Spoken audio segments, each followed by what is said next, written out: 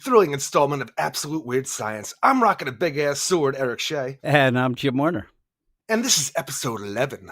It is episode 11 here with the Absolute Wonder Woman. And one of the things that I've been dealing with a lot are these, absolute and ultimate stuff. And I seem to get a lot of flack for it. I hope that doesn't happen again tonight, Eric, because we're doing Wonder Woman. Why are you getting flack for the ultimate and the absolute? Because everybody wants to just love everything, it seems. Now, it's weird. At DC, there was that bit at the beginning that a lot of people wanted to hate on it. But once you start not liking them, people seem to lose their minds. But we're going to be doing this Wonder Woman deal. And I did end up looking at the solicits. And I don't know as we go forward, but when we get to April, we're going to have a bunch of books. And I was hoping, though I think there's too many books to not double up by the time we get to that. And I did look, though, to make sure like we didn't have one of those weeks where we'd have three of the books. There's 1 week, I think, in April that we have two. So I think that might be the way that they play it out, because if we start having like 3 or 4, it might be some problems. But here we are. We have Absolute Wonder Woman. And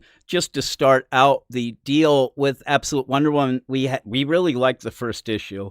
And as it was going on, I still like the book, but it is at a point and was at a point at the end of last issue that I thought we needed to get something fired up. We had to get something going. And I thought maybe the Tetracide being destroyed might be the thing.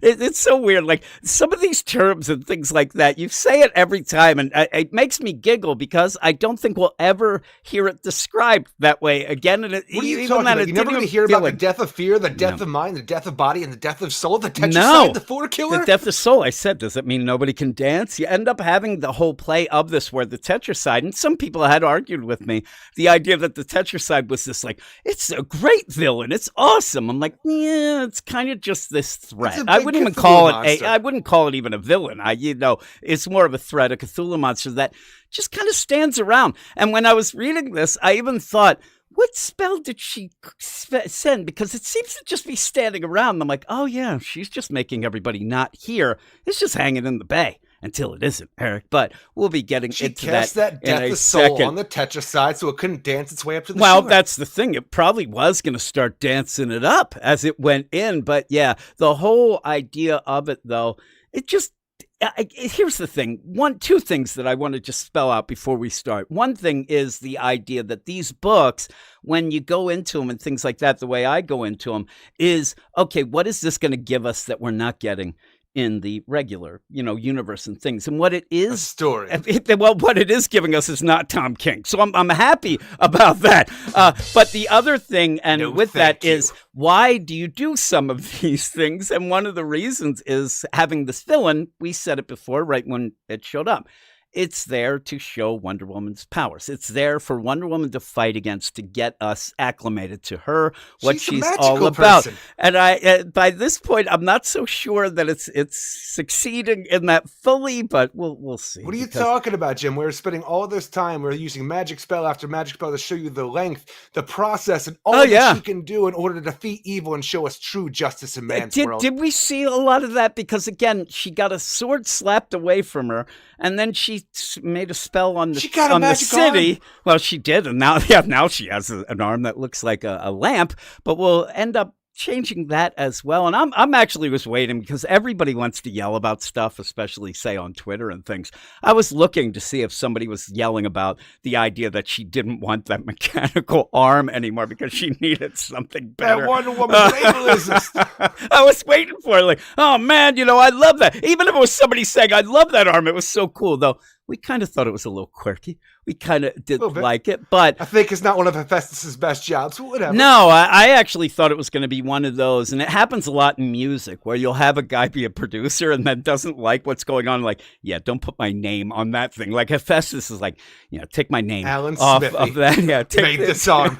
Exactly. Oh, it just made me giggle, but we'll get into this and talk about it, and I hope... Forged in the Fires by Alan Smithy. I'll tell you, when they start saying that would be great. That arm, I'm telling you, you don't want to take credit for that thing at all. But give us the credits and we'll jump into this issue. Absolute Wonder Woman #4, written by Kelly Thompson with art by Hayden Sherman, Jordie Bellaire, and Becca Carey. And we start the issue off with Wonder Woman realizing that she needs to get that magical arm back because of Helen Smithy's robotic arm. It ain't cutting it for what she needs to do with the Tetracide. So Steve Trevor, he brings her to friends of hers, to his, Etta Candy and her sister Gia, because Wonder Woman, being from hell and having all the sorcery that she learned from her mother Cersei, she needs some witchcraft being done. And the only witches that Steve Trevor knows is Etta Candy and her sister Gia. So we have to go to Gia's magical workshop here in order to get some supplies. Yeah, like that thing would be, in business. What are you talking about? The idea of it, well, first off, Wonder Woman thing would be in business. The New Hope, Wonder Woman, but not like this. Wonder Woman is the only customer. She ain't paying for shit. You see her there. She's just grabbing stuff. And even the idea outside of the, you see witch shops, occult shops all over the place, no matter where you go, into cities and big old, tourist attractions. But the idea that you're living in the DC universe, yes, it's an absolute DC universe, but there are magic users in this universe. This is a store like a freaking Walmart. Well, that's the thing, though. I don't think Zatanna's going down to I don't think Zatanna would go to a Walmart. And when they go in, did they go, is that what they are? I'm not saying like Walmart. I'm just saying that's something that's readily available to you and easy to get to. Yeah, I don't think that would be something that you'd see the normal magic users in the DCU hanging out in this place. It seemed a little odd. And the idea of, how does Steve Trevor know them? There's not any setup of it. I don't mind because it's Etta. We get her sister and things, and it's going to continue even by the end. That's the one thing that is keeping me going, is the idea of Barbara Minerva showing up. And now you have Etta and then Veronica Cale at the end. And I like that. And I like the idea what Kelly Thompson is doing in this first arc is, again, showing you kind of what makes Wonder Woman tick there with their magic stuff, and then also setting up some of these characters that we are getting to know once again for the first time again. And so when you have that, I just thought, how does he know her? Even when they start talking, Etta's from, out of town, she's here, and I'm like, just felt weird. It felt weird, like you would have set it up a little different. It's one of those weird things that we're going to have to get to back in the story, the idea, because it's one of my biggest problems where we had Steve Trevor wind up in hell. We don't know how he got there. We just know that Wonder Woman sacrificed her arm in order to send Steve Trevor back, and we just don't know his background. I'm not telling you, the guy got back. His one friend, Etta Kenny, let me tell you about this hell I was just sent to. Met a beautiful Amazon. She sacrificed her arm, sent me back here. Wait a minute. Hold on. Bring your witch sister over here. I got a story to tell. Yeah, come on. Get the witch sister over here. Also, I don't know why I thought the idea that when, what goes on in hell stays in hell, Eric. I don't know why I thought, why are you talking about this stuff? Are you afraid of Las Vegas? I thought maybe it would be causing problems or something, but I guess not. And then you have, you ended up underselling her when he first heard, or she first heard the story, she thought he was overselling. It's okay. Some of the dialogue is a little off in this, but one of my favorite lines that we get this week is when Diana does talk to Gia and says, hey, I need some ingredients. I need some of these. You got the, toadstools and the hog's nails, and says, I need to fight this thing. Also, while this is going on, the Tetracide legitimately is right behind them in the bay, just standing there. And then Wonder Woman has to say, monster. It's getting there. That thing, I'm telling you, they are talking a little too much here and a little too casual while there's a Tetracide right outside. Now, they are able to talk because Wonder Woman has set a spell that allows them to talk within this little bubble deal. But when they're talking about that, I'm like, there's a big thing out there. You better get going. It's one of those weird things where it seems very convenient because it seems like we mustered up all the magic we had in order to deafen the city and make sure that the Ford killer couldn't use its sound waves to draw everybody in and kill them. But when we have this, don't worry, I put a protective bubble around the store so we can talk freely. I'm like, you know what? It's kind of forced, but I thank you that not everybody's holding up signs for pages after pages about what you need. Well, yeah, because that's what, that at first. She's got that stupid sign. But you end up where Wonder Woman... sign. A sign that she's making to help people. Yeah, again, what do you just go... I do sign language. Finger, point out. You end up, though, where... Etta is talking a bit to Steve while you have this Gia and Wonder Woman go through their deal. I like at one point, all I could think of is this is not a magic store. It's a head shop, Eric. I'm telling you, at the one point when she's like, now I need there was one in town that burned down, Eric. I remember you could tell exactly who was smoking the when you end up, that was burning down. People were crying. you remember when the head shop burned down. It doesn't mean you ever went there. Well, I'm telling you, this is what I think, Eric. I was a good boy. Though the problem was, it was a conundrum for me. Because being somebody who was not a druggie and really was against it and scared crapless about all that, I was also a big fan of the Lord of the Rings and the Hobbit, and it was called the Hobbit Hole, Eric, and it was pulling me in but pulling me away. I never went there. All your favorite characters from the Hobbit, they smoked the hashish. Yeah, I would have been really scared to go in there, but I remember people crying though. They were crying. But no, when she's like, and then I need this. Oh, I got to get the secret stash. Tell you, almost like she's like, we don't have that. Wink, wink, and then goes and gets it. But she gets all of the stuff because she says, which is weird.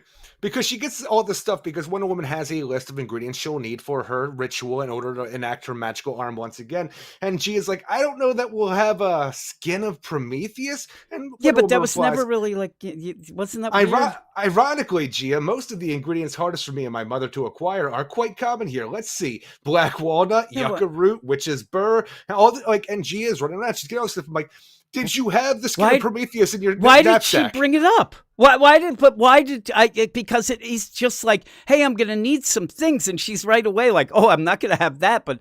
Why would you even bring that up? It was weird. But you end up where Wonder Woman says, you see this rusty old damn arm? Did we half-ass this spell because we didn't have I the don't skin know. of I guess maybe she had it already. That's what I'm saying. It was a very odd thing, almost just to get, like Kelly Thompson's like, I really want to have this witch talk. And it was weird. But maybe the idea that I don't know much about, plants and the medicinal use of this and what's poison and what's not poison. When Wonder Woman leans in, she's like, I need hemlock, morning glory, and datura. I wouldn't ask if it wasn't important. And then that was Gia the goes secret and, stash.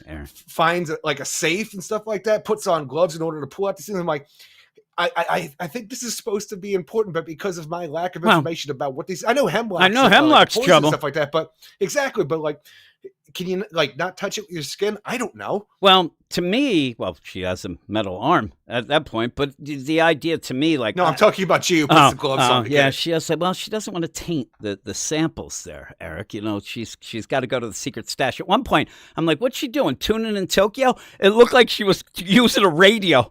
What's happening? Oh, that's the safe. And she gets the secret stash out. But the line that I thought was funny was when Wonder Woman says, I need this prosthetic is powerful. It's almost like Kelly Thompson is worried that somebody is going to say something like, this is a really powerful arm I have right now. No, it isn't. Best arm you've ever seen. And say, it's so great. So I am not throwing shade at the arm because this mechanical arm is really, it's top notch. But now I that kind of I've need talked my to the arm, do me a favor and everybody draw your blood out because I need a shit ton of blood to cover. Yeah, that over was my weird face, too. neck, and Not chest, even saying so that. I could do my ritual. The weird thing though is that Gia with the greatest line ever: "Arms are good to have." I'm like, what?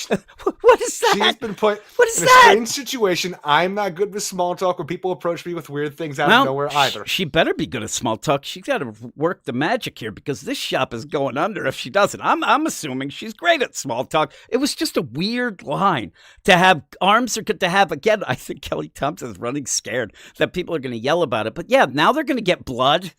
All this stuff. It's a very odd scene in my mind. Just the idea of we introduce Etta with her sister out of nowhere with this whole play of magic and this and arms are good and things. Yeah, because then she says, is there anywhere else I can go? Or it was a weird thing. I thought she was saying like, I'm going to mess shit up. It's going to get bloody in here. Do you have anywhere else I could? But she's just kind of like in a separate room to bloody it up while they're peeking in, which I don't know they're supposed to. And then she ends up getting hit by lightning. I think they're just kind of mad because, it's like, all right, we're doing all this stuff for you, Wonder Woman, but also I have a shop to run once the Ford killer is gone and you just left the freaking crime scene in my main area. And she did because she says, now, do you have anywhere that isn't this lovely shop? What, the back room? That's still the lovely shop. But she says there's going to be a lot of blood. And then she does her little spell. You got an apartment? Kind of new to man's world. Need a place to crash for a while. So she's like, can I go to your apartment or maybe your parents or something? Can I ruin that instead of this lovely shop here? But she does do the magic. And then we actually go back in time to see, Cersei and see more of that. Though it's not much new. I mean, you end up having Hecate involved, and you end up having her having these visions and things like that.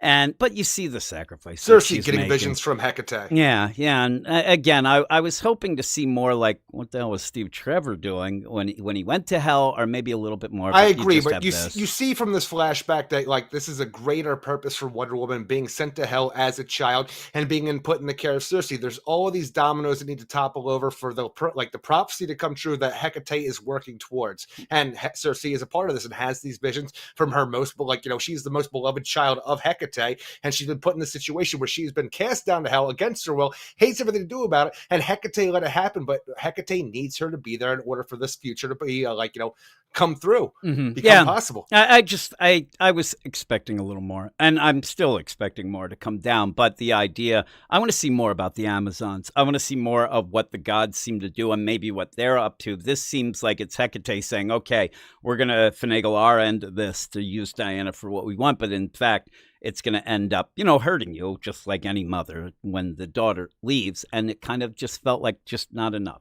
Or at least the angle that it wasn't there. It's more this Hecate stuff, but that's because we're dealing with this blood magic and the hell stuff. But it was nice when you do end up having Diana say, I had a bad dream, and then Cersei says, so did I. Let's, lay down with these monstrosities. The future. These monstrosities. But again, it's really playing Kelly Thompson is They're more just about squishy breathing, stuffed animals. Snoring and stuff, and, moving and stuffed animals. So you end up where, again, the big play here, it's more subtle or more pulled back. Cersei's worried about the future, but a lot of the future she's worried about is just losing her daughter. And even says what we said. We saw that hell became a nice place. Cersei actually says at one point, I'm kind of upset because she's going to leave and this shithole is going to go back to being a shithole. I'm going to be sad. I'm going to be lonely, but she has to let it happen. So it's kind of a cool play. And I think Hecate comes down and says all this as if like, listen, I see you getting close and all this, but you're going to have to keep going with the plan. We have a plan here. It's one of those you better not things stop. Too, where I think Hecate, with the knowing the arrival of Diana would come after Cersei is put in hell, she needs Cersei to be a certain way for whatever the future holds as well. So the idea of this is one of the dominoes toppling from Cersei being who she once was to the mother that she is now. Yeah.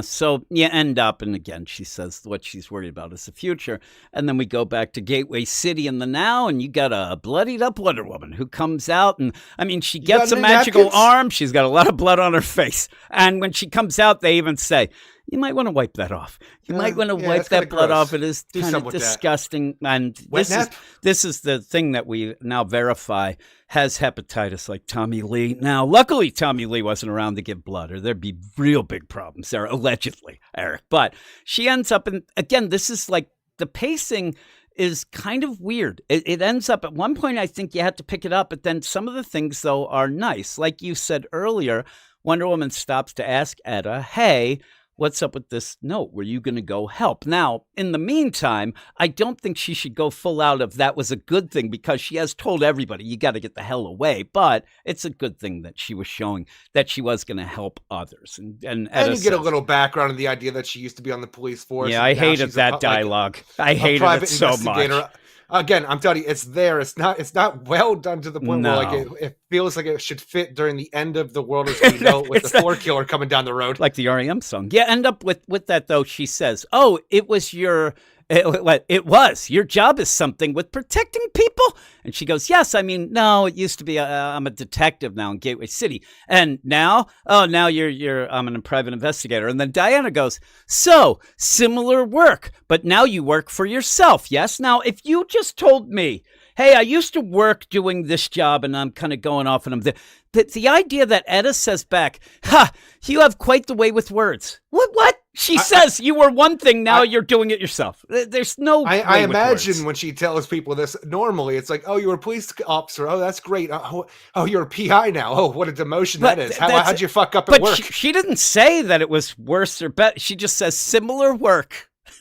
For yourself. And, oh, you have a way with words. I'm like, no, she doesn't. Is she just enthralled with her because she's so, going, we don't have the I thing. But Well, you see what happened to Jim Gordon in the actual universe that we existed in DC universe, where he was a police commissioner and now he's a PI. Is his life better or worse than it was when he was running GCPD? If he said, I'm like, hey, Gordon, what up, bro? And he says, oh, I'm no longer that. He was the commissioner, so it's a little bigger. But hey, I was the commissioner. Now I am a PI. And I said, oh, that's kind of similar. That's not me saying either one ever. I would say, what the hell happened, dude? I mean, I know he was the commissioner, that evil being that he ended up being made into in the whole deal. But aside for a second. Was Harvey Bullock's life better as a police detective than a PI? Again, yes, because he went back. Well, yeah, because he went back. But again, she doesn't say, oh, I bet you're better now. It's just the way with words is it's just saying a PI like she works for herself. Like Kelly Thompson has to let us know that being a detective and a PI is kind of the same thing, that you work for. It was a weird line. And for her to say that, you're quite away with words. No, she doesn't. But yeah, she says, you somehow make everything seem better. Oh, she said, well, you work for yourself now. Didn't ask if it was working out. But yeah, she's like, okay, well, I can live with being hopeful. Now I got to go take down this Tetracide, this thing that has been the big horror and the big threat all this time. And, we go off and she ends up saying, oh, God, it's starting to get to the city. Tetracide has moved into the city. Again, I got to move it back. There's got to be some people have died because of this thing. This thing isn't just tippy-toeing around. Well, we've evacuated this area for the most part. But you don't know, because even Etta and Gio should have been evacuated. There's just a lot of people around, it seems. And, they were talking about how similar being a PI and a detective is, but she has a plan. She gets Pegasus and says, hey, I got this plan. Remember the sword that we fought with it before and it knocked it away? How about we go bigger? That's it. It's very disappointing, because you have disappointing. Tetracide, which people are saying is the greatest villain of all time, especially for an absolute Wonder Woman, coming in hard with this Cthulhu-esque creature that we have.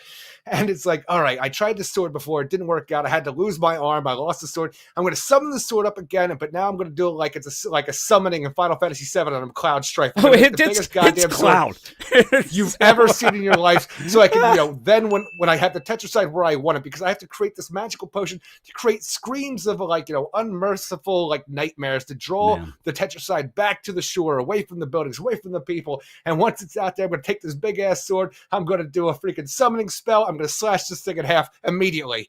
Yeah, I know. Now, again, I don't think that they've really spelled out. Like, I wish that she had spelled out this bomb that she has in the glass deal, that this was something that she needed the, potion shop for as well, because maybe she should have done that before. Like, just whip it into the middle of the ocean, have it go way far away. But yeah, the idea, I hate in stories. I hate in wrestling. We were talking about this last night, and I told you the idea where you have the slam and then you have the super slam, or it makes it like, oh, well, that one thing wasn't big enough, but now it's big. The idea of defeating it with something you already tried, but just make it bigger. Then why didn't you just go that big at the beginning? Well, she didn't know she had to go that big. She explained. Until she failed. Bullshit. She explained to everybody what the Tetracide is. It's the end of everything. And you go as big as you can. I don't even care if you overdo it by going so big. You don't just come in and go, oh, no, I did. You just go full out. And she's just making it bigger at this point in time, because I think that Kelly Thompson realized, with everybody giving the accolades to the absolute Batman, with how over the top that is, she's like, well, shit, I got to catch up to that whole thing, so I got to make an even bigger sword in my next story.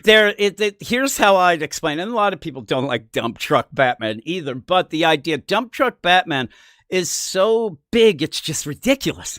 This sword is so big, it's ridiculous. Like, it's an angry ridiculous, like, even the art, it's so goofy, but it's not fun goofy in my mind. It ends up being, really, you're doing this with that sword? And remember, one of the things that funny, if you want to go with Kelly Thompson having fun with it, it's the idea that when people first saw the absolute Wonder Woman art, and she had not this big, she had the regular Cloud sword. The regular big sword. And people ended up hating it. And then she said, oh, well, hold my beer here, hold my sword here, because holy crap, this thing, but it gets to the point where you're like, how's she holding this? That's why she needed her other arm, Eric, because she couldn't do So that out with of a no, mechanical exactly. arm. Apparently, you can't do that with a Hephaestus arm. guess. But I mean, we need a throw regular him. arm. I don't know, and I actually don't even know if this was her plan the entire time, or she just was going on the fly here. I just know Hey. when I defeat this thing, I need another arm, and the robot arm ain't cutting it. But all I can think about when we just pretty much do one fell swoop in order to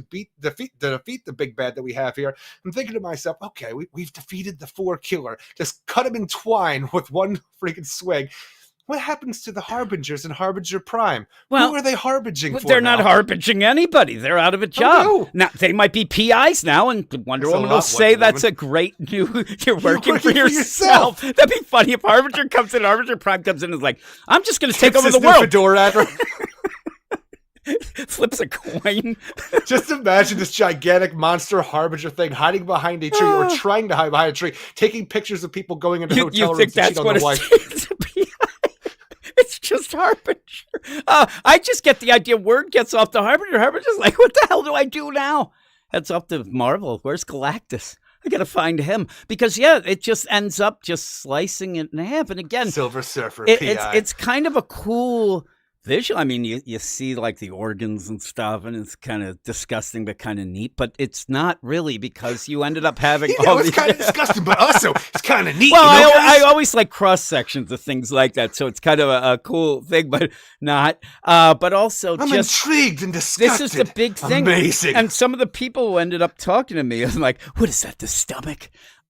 People were arguing that the Tetracide was, it's a huge threat. It's just a great threat, great villain, It was things like that. until a huge. I never thought it was. A threat. It just stood there. It would be like if I made a villain that, a human, That's not all a it needed to Tetracide. do for all of creation. But again, you have a thing like you could say Jason is like that. He just kind of lumbers in and whatnot. But Jason Voorhees? yeah, he doesn't sit there and say, "Hey, what up, bitches?" Like that's it. But the idea though is he doesn't stop. I mean, Jason, the biggest thing, right? He doesn't stop. He'll always come at you. He doesn't stop. This thing just sat in the bay. It would be like the idea of a whole Friday the 13th movie where Jason is in a pond up to his, lake, Jim. thing, A lake. and never does Camp it. Crystal No, Lake. I'm making it even worse. A pond.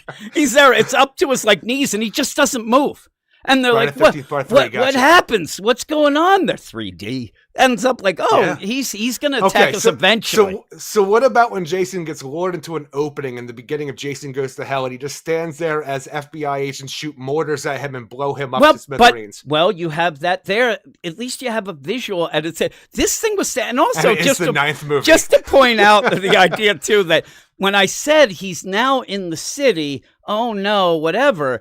And you said, well, they all evacuated. Well, it almost feels like Wonder Woman does even say, I got to get it out of here. I don't think she's really that much upset about property damage. She's so concerned about no, property I think damage. that she's afraid there's some assholes who didn't listen, and now they're deaf. Of course there is. Right? This might as well be a hurricane. That's what I'm saying. Everybody's like, no, I'm staying for the Tetracide. I've been here 5 Tetracides. They ain't done shit.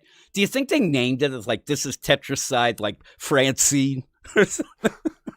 If we had multiple Tetracide, multiple 4 killers, yes. Well, I'm telling you. Start naming it after women. Well, Harbinger, I think he's stepping up his game. He's filling in a slot here. He's like, now I'm the Tetracide. I am the Tetracide flipping a coin. But yeah, the whole deal at the end, though, it's just very lackluster to end the thing. And that's where I said from the beginning, they had to open up a bar on top of Noonan's sleazy bar in Gotham just so he could have a drink. Yeah, exactly. So with all this, I ended up saying from the very beginning, I said it already tonight, this Tetracide was never a good villain. It was only there to set up to see Wonder Woman's different things she can do. So it's fine that way. But 4 issues in, I'm now like at the point, okay, let's get the story started. Let's get this party started. We are, because we defeated this whole thing. We've introduced a bunch of Wonder Woman characters, and we can see now where the public feels about this Wonder Woman in man's world and the absolute power, like continuity. Because it looks like by the end, Veronica Cale is like, "Look, we got bigger things to worry about than freaking the Tetracide, where we have a Wonder Woman out and about who can take out a Tetracide with a big ass honking sword." They're like, we better do something about that sword. And so, also, right there, I'm telling you, 4 issues in, we have Wonder Woman, we have Cersei, we have Steve Trevor, we have Etta Candy, we have Barbara Minerva, and we have Veronica that's the Cale. things We I are like. Stacking the roster in 4 issues. Oh, I like that. But in 4 issues, we've had no story really. It's just been Tetracide. And I'm talking about the story that would get people. Again, I still don't see where you would end up saying to somebody why they should read this. I like it. I like it. It's still, I'm not as big as the first issue, but I'm still liking it. But I don't think I have an elevator pitch of why I accept the basic things that we had from the very first issue. She's in hell, the differences. Like that and the idea of growing up in hell, learning like, sorcery through her mother Cersei, as we know her to be in this one, like the softening of Cersei as well, because her raising Diana, and the idea that there's kind of a prophecy going on about the Amazons being excommunicated, dead. Who knows how it works now? And yeah, that's the problem is we don't know much about that. We see Hecate here, but it's still that mystery. The main timeline stuff, the present day stuff has never been my main concern for this book so far. It's just a way to show you like what she's capable of in this absolute universe in her present day. What I'm saying, I've though, always been a bigger fan of the flashback showing us the origin of Wonder Woman. What I'm saying, though, is, and it better do something this next arc, because what makes the book go forward is the story in the here and now. And, eventually we're going to learn more of what happened in hell and things like that. But we're already getting past, in my mind, the things that I'm as interested in. I think that the stuff now is filling in some gaps. It's not necessarily like, oh, my God, I needed to see Hecate, giving visions to. That's nice, and it broadens everything, but it's not Hecate's wow moments. Got some big stuff in the works. It's not wow moments, though. And again, there's other things that we can get eventually, but with it, I just think that 4 issues might be a little too much to just gradually set up things in something so new, and hopefully people stick around and go, because again, I hope that Kelly Thompson realizes, I'm not being mean or anything about this, but I hope she realizes, especially at DC, it seems like there's a lot of people against her. She has to prove to people that she can do it. And if you wait 4 issues, that's kind of, a little bit too long. I think she might have lost some people, but I will say, we love the first issue. I keep saying that, right? And we've liked each issue since. It's just, like I said, it's going on a downswing slightly instead of going on an upswing, which I wanted to do. But overall, I see a lot of people jumping on this book since that first issue, where it even seemed like they didn't like it as much as us, but since then have been getting a little more positive. So with the idea of the talk of the town, because I have my ear on the pulse of the streets, Eric, I hear people kind of talking more positively about this book than, say, a Superman. And I'm liking Superman more each bit. I just want to get the hell out of Krypton, as you say, and get more of the now. That's why I think that I like Batman, Absolute Batman, a little more, is not just because it's over the top. It's we're actually getting more in the current. And I like to see that and see him develop and things like that. But with all of this, yeah, that's about it. And the art is one of the things that a lot of people bring up right away. I still don't love it. There's parts where, but I'm used to it now. It's one of those things where I'm used to it. The bad parts I'm used to, and the good parts really just stand out. And that's what I focus on more, is the good parts and the bad, because the bad is like, and again, I say bad just as not good. The antithesis is good, but you're talking faces, Eric. The faces and the eyes are a little off all the time. But I'm getting used to it, and I think it might be Hayden Sherman's getting used to doing it. I'll tell you what happens with these things all the time. We'll sit there and I'll keep saying the same thing. I'm getting used to it. It's not my favorite. And then they'll have a fill-in artist and I'll lose my mind because it won't have the look that I'm used to in the book. And then I'll be like, oh my God, like I want him back. But it's an odd art, but it fits in my mind by this point because it is not an Elseworlds, but an absolute deal. So it actually makes it kind of quirky. It gives it some of its, flavor or some of the character of it. So I don't mind it. Though at the one point when you have that bomb go off, I swear to God, I'm trying to read that shit and I couldn't read it. It's driving me nuts. She's like, these are the screams. See, like, these are the screams. I'd like, I really want to see them. Like, why? Stop. Magical screams that are going to bring the Tetracide closer. No, what I did, I wanted to do it because I thought maybe then some magical succubus would show up, Eric. I'm a little lonely right now. I thought it would be a magic spell. I wanted the succubus that I saw in that Fiend Folio.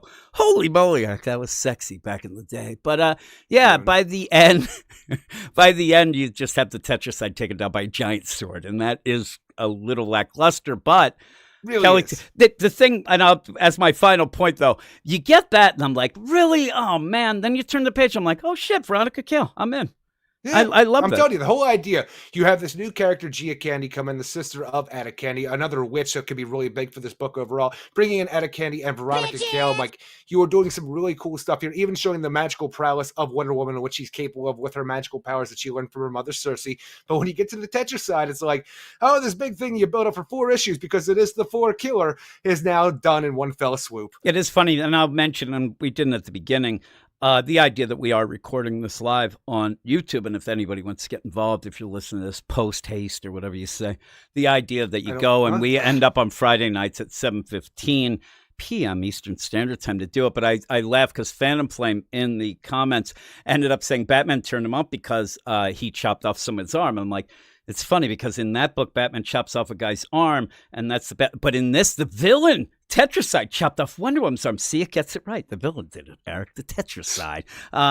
She did not chop off, though. She got rid of her magical arm to make her fall. Well, remember, yeah, it kind of gripped it and ended up she had to kind of let it go. Let it go to the breeze. I don't even know what happened with it, but even some of the things that I'll point out too, where we had some of the things going, people were upset about the tattoos, and that like when they saw the art, oh, look at there's trouble, but that's part of the magic of the arm. So I think that was cool. Kind of a cool deal, though. I already missed that robot arm, Eric. I thought that robot arm could have been thing. It's like almost like Punchbot and the Batman Offworld. I like that. Look, that robot arm. She's got her Tinky Winky magic bag. I'm sure she could pull it out at any time whenever she. Do you think we're gonna get that arm again? Because it would be weird. It would be weird to again lose the arm and then have to go get the stuff. It's one of those things I imagine it's going to be a problem if we continue on with the Absolute Universe and Absolute Wonder Woman as a whole. It's one of those things like back in the day whenever we'd have, Green Lantern come up against something yellow where if he had his 24-hour charge ran out, where then we'll have the magic sucked away and all of a sudden her arm disappears. That or like she'll lose a leg. Right? No. Then you have to do it. I guess if you did, you could still make it. Like that's what she was doing, bringing back the magical arm. You could get a leg, a nose. An ear, maybe she loses, but every magic spell has a cost, Eric. It might cost you an arm and a leg the next time, not just an arm. We'll have to see. But what would you give this? I would give this a 7 out of 10. Yeah, I think it's weird because when I first read it, I did think that it was like a 6.5, only because I was upset about just the Tetracide kind of being a lame defeat.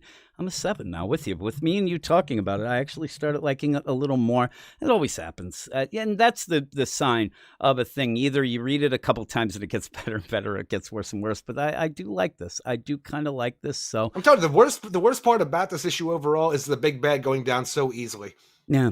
Oh, yeah. Yeah, that was. And again, I kind of expected kind of that because I didn't think it was a good villain, and she wasn't really setting up anything about the villain. It was a what are you talking about, Jim? It's the 4 killer. The 4. Every time you say that, I think you say floor killer, and I think he's like a dancer again. He's out there breakdancing, the death of mind, the death of body, and the death of soul. Jim, the Tetracide. Death of everything. You're going to say it'll be 3 years from now, and we'll be doing something. And I'll say, what was that thing called? You'll be like, what, the 4 killer? I'm like, no, what's its real name? And then you won't remember it. It'll be the 4 killer. It'll drive me nuts. But I think I won't forget the Tetracide. So, yeah. Me either. And even people... though it's a very lackluster villain in your mind and my mind, I think it's going to stick with us forever. And people talking in the comments as well, the live chat, I didn't mind the tattoos either. It's weird when me and you are usually the let's see how it is kind of vein anyway. If something is introduced, even if it's something people lose their minds. But when we kept seeing people talking and saying, well, that's not Wonder Woman, that's not Wonder Woman, and you just want to say to them then, well, it kind of isn't. It's a different Wonder Woman. And that's the absolute Wonder That's Woman. The intriguing part. And I'll still say, we say it's this at the end of each of these episodes, we do kind of run through like which is our favorite books and which is the thing. Not that we do it on purpose or whatever, or we plan it, but I still go with the idea that the Wonder Woman origin, it's the best of the 3. It's the most interesting to me. I think it's the where coolest. We are right now, I think Wonder Woman is the absolute Wonder Woman is the best title of the 3 absolutes we have coming out right now. Yeah. I still like Batman. Batman. Again, I'm telling you, this is the 4th issue where the Tetracide went down really easy, right? Really lacklusterly, but it wasn't that absolute Batman 4th issue where everything just took a freaking backseat to the main plot. Yeah, but the thing is, when we get to what you consider terrible art. It was awful. When we get to that, though, the reason why we didn't like that 4th issue was because those first 3 were banging, Eric, as the kids say. That was a huge cliffhanger. Like, I was more excited at the end of that cliffhanger of Absolute Batman 3 than I was at any point in this book. But they're different books. You can see now how the pacing is a bit different. We'll see as they go. But I do like this. I do like this deal. But I do end up liking the differences in this a little more. I just want it to give us a better story in the now. I really like the stuff from the past and really as we led to this. But the idea of even Etta and Gia, just how Kelly Thompson doesn't, like, she just throws them there. It was such a weird play to be like, oh, they're here and they're Steve Trevor. I hope that things get explained a little more as we go on. Well. And just as the last deal, Eric, the last of the last deal, what's good about this book over the Tom King book, I think, still is the idea that Wonder Woman is a focus. You end up losing her a bit in that Tom King. You lose a lot. Actually, this is insufferable. Book, yeah. I mean, there's not over narration of what you say is Adrian Toomes, the Vulture. Oh my goodness gracious! But the Vulture showed up, started calling himself the Sovereign in the DC universe. Just went with it. He didn't get any respect over at the Marvel universe, like people laughing at him and stuff. So he went and became the Sovereign. So there we are. Yeah. But I hope that people enjoy the continued deal of this absolute universe. And I will point out, just because we're doing this, we're never going to be like, well, we better say these books are good because if it would go to the part where everything sucks, we're done. We'll just stop. But as of now, I'm liking it a lot as a different thing. So I hope that other people. And honestly, as with all the hype and everything we have going on, eventually we're going to have a big old crossover with Earth Zero, the Prime universe, and the Absolute. Then we'll know what's going on. That goes. We'll know what's going on, but I just don't see this having a large shelf life that continues on. Yeah, it's weird because some people have brought that up. Like, how long do you think it would last? And some people are saying maybe 2 years. I'd say 2 years tops. Yeah. So we'll see. And then it'll just meld in, and we'll see if it keeps going. Even if we do, the New 52 lasted, 5 years? And that was it. We moved on. And then we went to the DCYOU, then Reaper, nonsense stuff. Yeah. And in that, though, I like the idea that we're kind of getting more books New 52, going. Between DCYOU and I guess the New 52 was only 4 years, maybe even 3.5. Yeah, because then the DCYOU and that hit the skids, and then we went to Rebirth, which was great. But the whole play, we're going to get more books, so that'll be more excitement. It'll kind of go with the flow and see what it gets to eventually. Yeah, Martian Manhunter. And that terrible Wally West costume. Yeah, people don't like that. People more hate his hair and his good looks. They're don't against mind his any of that. Good looks. I don't mind it. Martian Manhunter's wacky. And then in the April solicits that came out today, they finally had the solicit for the Green Lantern, Absolute Green Lantern by Al Ewing, which is funny because as we end this, we're going to be going off and doing some stuff for this week's podcast that if you didn't know, we end up having a DC Comics podcast each and every week that comes out on a regular feed on Sunday night. Hoo-wee, that Metamorpho book, that's a wacky one. We're doing big absolute stuff right now. We're all in a DC Comics right now. That includes the Absolute Universe because it's a big focal point to the stories that we'll be telling for the foreseeable future.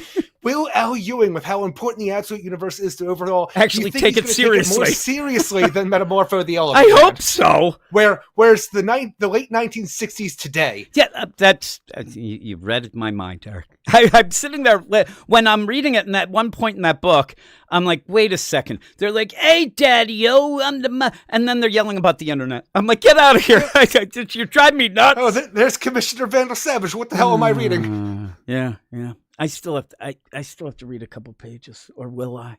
I don't know. But thanks, everybody, for listening. Thanks, everybody, for showing up for the live stream. And again, if you aren't aware, we do this every week as an Absolute book comes out every week on Friday night at 7:15 p.m. Eastern Standard Time, the only time, Eric, is what we like to say. And again, in the show notes, the description of this video, you'll have links to a lot of things, including our DC Comics podcast that me and Eric do each and every week. Is usually 3-4 hours. We deep dive in a lot of things, all the books, and also our Patreon. If you want to help us out for everything, it's patreon.com/weirdascience. But that is it. Thanks, everybody. Thank you, Eric. Thanks for joining me once again. What up, bro? Thank me indeed.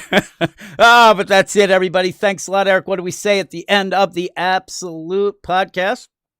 We're closing the Omega portal, and until next time, keep it absolutely weird.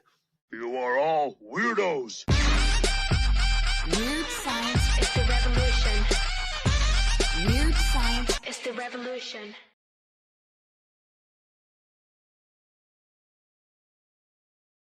And say thanks to everybody. Thank you, everybody.